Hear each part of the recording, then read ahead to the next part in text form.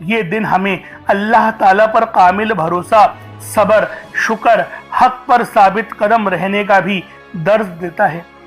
اس لیے دیکھیں دوستوں، ماہ محرم الحرام یا اسلامی سال کا پہلا مہینہ ان کے 4 مہینوں میں سے یہ ایک ہے جنہیں اللہ تعالیٰ نے حرمت والا قرار دیا ہے۔ بے شک اللہ کے نزدیک مہینوں کی تعداد 12 ہے، یہ سورہ توبہ کے اندر موجود ہے، اس لیے کہ محرم کی فضیلت کے بارے میں بھی رسول پرنور صلی اللہ علیہ وآلہ وسلم نے ارشاد فرمایا، رمضان کے بعد اگر کسی مہینے کے روزوں کی سب سے زیادہ فضیلت ہے تو وہ محرم الحرام کا مہینہ ہے۔ اس میں سب سے خاص یوم عاشورہ کا روزہ ہے جس کو خصوصی اہتمام کے ساتھ رکھنا چاہیے۔ حضرت عبداللہ بن عباس جو کہ حضور علیہ الصلوۃ والتسلیم کے چچا ہیں، وہ بیان کرتے ہیں رسول پاک صلی اللہ علیہ وآلہ وسلم نے مدینہ منورہ میں تشریف لائے تو آپ نے دیکھا کہ یہودی عاشورہ کا روزہ رکھتے ہیں۔ آپ نے دریافت فرمایا، تم یہ روزہ کیوں رکھتے ہو؟ تو انہوں نے کہا، یہ بہت عظیم دن ہے، اس دن اللہ تعالیٰ نے موسیٰ علیہ السلام اور بنی اسرائیل کو فرعون سے، اس کے ظلم سے نجات دی اور فرعون کو سمندر میں غرق کر دیا۔ موسیٰ علیہ السلام کے ہم اس شکرانے کے طور پر روزہ رکھتے ہیں، یہ ان کی امت نے کہا۔ تو دوستوں کوشش کیا جائے، بھائی بہنوں، اس دن روزہ ضرور رکھیں۔ اگر روزہ بھی رکھ لیں، ساتھ کی نماز بھی پڑھ لیں، تو جیسے وہ پنجابی میں کہتے ہیں نہ کہ سونے پہ سہاگا، تو تمہارا تو بھائی سونے پر سہاگا ہو جائے گا اور تمہاری زندگی آسان ہو جائے گی، تمہاری نسلیں آباد اور شاد ہو جائیں گی، تم جو کچھ مانگو گے تمہیں ملتا چلا جائے گا انشاءاللہ تعالی۔ اس لیے اس دن کو غفلت میں، سستی میں نہیں گزارنا۔ حدیث کو کمپلیٹ کر دیتا ہوں تو نبی پاک نے ارشاد فرمایا کہ ہم 9 اور 10 کا روزہ رکھیں گے۔ تو اللہ والوں انشاءاللہ ہم بھی 9 محرم الحرام اور 10 محرم الحرام ان 2 دن کا روزہ رکھنے کی کوشش کریں گے اور اپنے پیارے نبی کی سنت پہ بھی عمل کر کے سنت کا بھی ثواب حاصل کریں گے۔ تو اللہ والوں کوشش کیجئے روزہ رکھ لیا جائے، پھر دیکھیں گے پورا سال کیسے بہاریں ملتی ہیں، کیسے انعامات کی بارش ہوتی ہیں، کیسے تمہارا گھر مال و دولت سے بھرا رہتا ہے، کیسے انوار و تجلیات تمہارے اوپر برستی ہیں۔ اس لیے کہ پھر آپ نے جب عاشورہ کا دن اس طرح گزارا، جو نماز آپ کو بتانے لگا ہوں کہ سب سے پہلے یہ بات ذہن میں رکھیے گا کہ آپ نے کتنی رکعت پڑھنی ہے۔ آپ نے میرے بھائیوں صرف 2 رکعت کر نماز پڑھنی ہے۔ دیکھیں امام علی مقام حضرت امام حسین رضی اللہ تعالی عنہما نے بھی کربلا کی سرزمین پر نماز ادا فرمائی۔ جب آپ یہ نفل نماز پڑھیں گے تو پھر اس کی برکتوں کا اندازہ آپ لوگ لگا ہی نہیں سکتے کہ آپ کو کتنی برکتیں ملیں گی۔ اب میں سب سے پہلی 2 رکعت نماز پڑھنے کا طریقہ بتاتا ہوں، پھر آگے جو بھی رکعت آپ نے پڑھنی ہے ٹوٹل تعداد بھی بتاؤں گا، طریقہ کار بھی، نیت بھی، ایک چیز، ایک جائز بات، ہر ایک حصہ سمجھاؤں گا تاکہ کوئی بھی بہن بھائی اس دن کی برکت سے محروم نہ رہے۔ کیونکہ یوم عاشورہ یہ صرف ایک تاریخی دن نہیں ہے بلکہ ایمان، صبر، شکر، توکل اور حق پر ثابت قدم رہنے کا یہ عزم پیغام بھی دیتی ہے۔ یہ دن ہمیں یاد دلاتا ہے کہ اللہ تعالیٰ نے اپنے نیک بندوں کو کبھی تنہا نہیں چھوڑا۔ آزمائشیں دوستوں ضرور آتی ہیں مگر اس کے بعد اللہ تعالیٰ کی مدد بھی ضرور آتی ہے۔ اس لیے ہمیں چاہیے کہ ہم اس دن کی برکتوں کو سمجھیں، کیونکہ سب سے مشہور اور صحیح حدیث سے ثابت ہے جو میں نے آپ کے سامنے ذکر کیا کہ یہ واقع فرعون، موسیٰ علیہ السلام، بنی اسرائیل بے شمار ظلم کیے تھے۔ جب اللہ تعالیٰ نے موسیٰ علیہ السلام کو اپنی قوم کے ساتھ مصر سے نکلنے کا حکم دیا تو فرعون اپنے لشکر سمیت ان کے تعاقب میں نکل پڑا۔ آگے سمندر تھا، پیچھے فرعون کا لشکر اور پھر بنی اسرائیل کا گھبرا جانا اور کہنے لگے کہ اب تو ہم پکڑے جائیں گے۔ موسیٰ علیہ السلام نے پورے یقین کے ساتھ فرمایا ہرگز نہیں، بے شک میرا رب میرے ساتھ ہے، وہ ضرور میری رہنمائی فرمائے گا۔ اللہ تعالیٰ نے حکم دیا کہ اپنا عصا سمندر پر مارو۔ دوستوں سمندر پھٹ گیا، رستہ بن گیا، حضرت موسیٰ علیہ السلام ان کی قوم محفوظ ہو کر گزر گئی۔ قرآنی الفاظ کے 11 رستے بنے اور فرعون کے جو موسیٰ علیہ السلام کا جو لشکر تھا، جو قوم تھی، جو ان کے پیروکار تھے، وہ بھی 11 جو ہے وہ خاندانوں کے لوگ تھے، اور وہ ان رستوں سے الگ الگ رستوں سے گزر گئے۔ تو جب فرعون کا لشکر اس سمندر میں آنے لگا تو وہ غرق ہو گیا۔ اس نعمت کے شکرانے میں موسیٰ علیہ السلام نے روزہ رکھا۔ رسول پاک صلی اللہ علیہ وآلہ وسلم بھی اس دن روزہ رکھتے تھے اور رکھنے کی ترغیب بھی دیتے تھے، نوافل اور اذکار پڑھنے کا حکم دیا کرتے تھے۔ تو اب آپ نے سب سے پہلے 2 رکعت نماز نفل اس طرح ادا کرنی ہے۔ نیت: میں کرتا ہوں یا کرتی ہوں۔ 2 رکعت نماز نفل توبہ کی، بندگی اللہ تعالیٰ کی، منہ میرا کعبۃ اللہ شریف کی طرف، اللہ اکبر کہہ کر دونوں کانوں تک ہاتھ اٹھائیں گے اور پھر ہاتھوں کو باندھ لیں گے۔ دوسرا طریقہ 2 رکعت نماز نفل صلاۃ التوبہ، بندگی اللہ تعالیٰ کی، منہ میرا خانہ کعبہ کی طرف، اللہ اکبر۔ جو نیت آسان لگے اسے اختیار کریں۔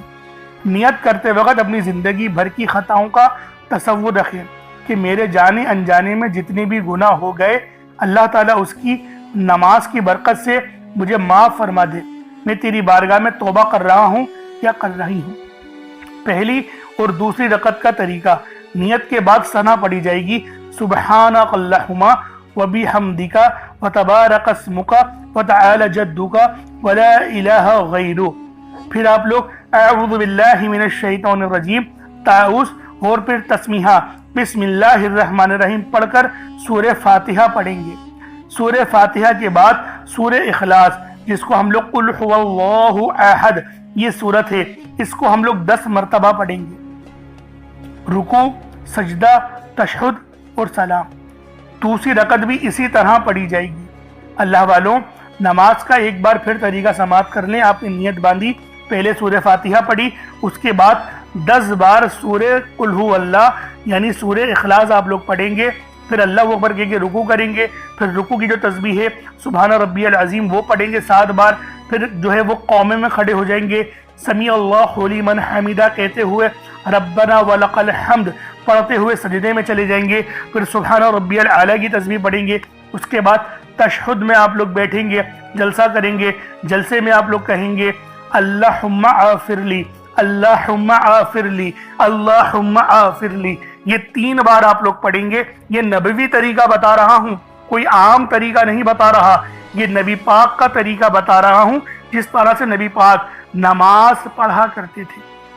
آپ لوگ اللہم اغفر لی کہیں گے، پھر دوسرے سجدے کی طرف جائیں گے، پھر دوسرا سجدہ کریں گے، اور سبحان ربی الاعلیٰ کی صدا جو آپ لوگ 7 بار لگاتے ہیں وہ لگائیں گے، پھر اللہ اکبر کہتے ہوئے آپ لوگ دوبارہ کھڑے ہو جائیں گے اور نیت اپنی باندھ لیں گے، پھر دوبارہ دوسری رکعت میں بھی سورہ فاتحہ 1 بار اور سورہ اخلاص 10 بار، پھر دوبارہ وہی سب چیزیں دہرائی جائیں گی اور سلام پھیر لیا جائے گا۔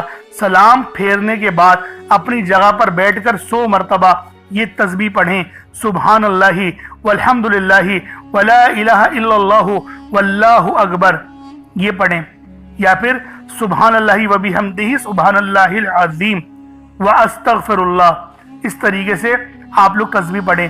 یہ 2 دعائیں ہیں، ان 2 میں سے کوئی سی بھی آپ لوگ پڑھ سکتے ہیں، یا تو سبحان اللہ وبحمدہ سبحان اللہ العظیم واستغفر اللہ، اس کو آپ لوگ پڑھ لیں 100 بار، یا تو پھر سبحان اللہ والحمدللہ ولا الہ الا اللہ واللہ اکبر، اس کو 100 بار پڑھ لیں۔ اللہ والو، اس طریقے سے آپ لوگوں کی یہ 2 رکعت اور اس کے بعد کی تسبیح کمپلیٹ ہو جائے گی۔ پھر فوراً کھڑے ہو جائیں۔ مردوں کو کھڑے ہو کر ہی نماز پڑھنا زیادہ فضیلت والا سمجھا جاتا ہے اور مانا جاتا ہے۔ اور 2 رکعت نماز نفل، نماز اس نیت سے پڑھیں گے، 2 رکعت نفل نماز ایصال ثواب شہدائے کربلا کے لیے، بندگی اللہ تعالیٰ کی، منہ میرا خانہ کعبہ کی طرف کہہ کر اللہ اکبر کہیں گے، اور پھر اپنے دونوں ہاتھوں کو کانوں تک لے کر جائیں گے اور نیت باندھ لیں گے۔ ان 2 رکعت میں بھی پہلی اور دوسری رکعت میں سورہ فاتحہ پڑھی جائے گی، اس کے بعد سورہ اخلاص جو سورہ قل هو اللہ ہے اس کو 3 بار 3 بار پڑھا جائے گا۔ عام دنوں میں 3 مرتبہ پڑھنے سے 1 قرآن پاک کے برابر ثواب ملتا ہے، مگر یوم عاشورہ سے 1 مرتبہ پڑھنے سے 70 قرآن پاک کا ثواب آپ کو مل جاتا ہے۔ تو دوستوں، اس طریقے سے آپ لوگ دوسری رکعت بھی پڑھ لیں گے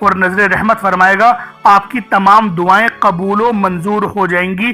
آپ کے رزق میں بھی خوب برکت اور فراوانی ہوگی. اللہ رب العالمین میرا سنانا اور آپ کا سننا اپنی پاک بارگاہ الہی میں قبول و منظور فرمائے. دوران گفتگو کوئی غلطی کوتاہی ہو گئی ہو اللہ پاک اپنے شان خدائی کے صدقے معاف فرمائے. انشاءاللہ پھر ملاقات ہوگی. اپنا بہت سارا خیال رکھیے گا. انشاءاللہ پھر ملاقات ہوگی. اور کومنٹ سیکشن میں حسین زندہ باد ضرور لکھیے گا. السلام علیکم ورحمۃ اللہ وبرکاتہ.